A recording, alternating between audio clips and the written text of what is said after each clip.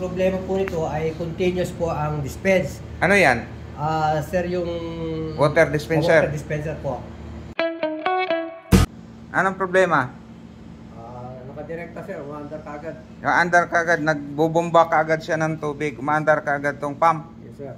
So ngayon, ang ginagawa natin, hinang natin tong toto, yan. Nawawala, hindi na siya gumagana. Yes sir.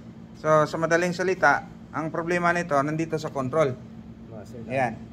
Umaandar kaagad. Dalawa kasing control yan, yung itulak yung baso para lumabas yung tubig or i-push mo ngayon yung push button doon sa top.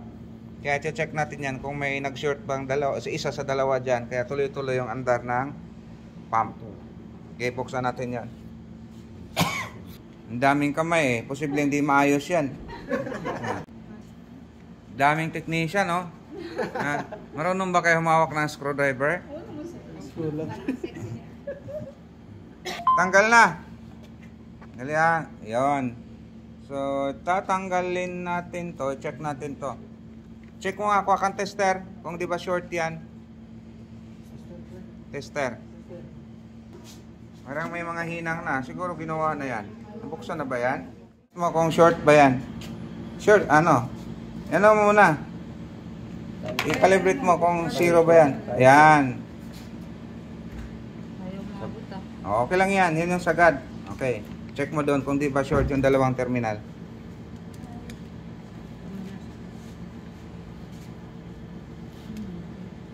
Wala namang short, no? Oh. Okay, saan yung umusok? Saksak. Ayun. Ayun yung dahilan. Kaya ano, ayun, umusok na. Patay sir? Sige, patay mo. Tanggalin natin yan. Tingnan natin bakit nasunog yung switch na yan. Tapos linisin natin. Kung hindi kaya, palitan. Pag mga ganyan na may itim, may leak na yung board niyan. So kahit palitan mo ng bago dyan, uusok pa rin yan side na yan. Kaya dapat yan makutkot, linisin. Alisin yung itim para mawala yung resistance ng board. So nagkakaroon na kasi ng reading yung board niyan eh. So yan, yung control ng pump. Kaya ang nangyari ito. Kaya tuloy-tuloy siyang umaandar kahit hindi pa pinindot. Dahil dito, nagkaroon na siya ng contact. Ayan o. Nagkakaroon na siya ng reading dyan sa dalawang terminal. So pag may reading, siyempre aandar talaga tong pump. Kaya ang gagawin natin dyan, itong itim na yan, kailangang makutkot yan. Kasi meron ng resistance yan. So kailangan yan, malinis yan. Maalis yung itim na yan, yung tostado na yan.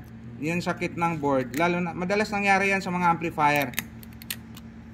Pagka may reading na dito, yan, yung carbon na yan, alisin mo yan.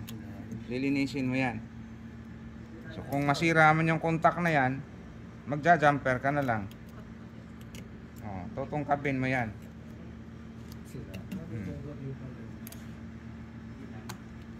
Yan yung dahilan kaya nagle-leak siya.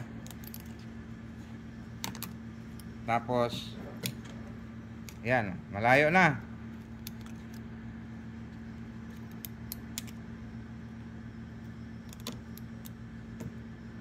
Then testing natin.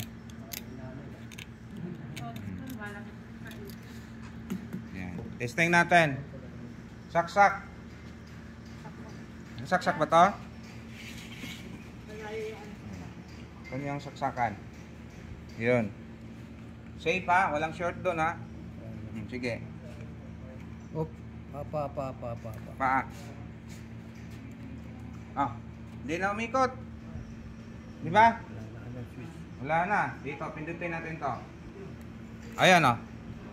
Pinindot ko yung, ayun. Di ba? Ang tagal-tagal in-stock, tapos yun lang ang problema. Okay na. Ayos na yan. I-set up, ikabit nyo na lang.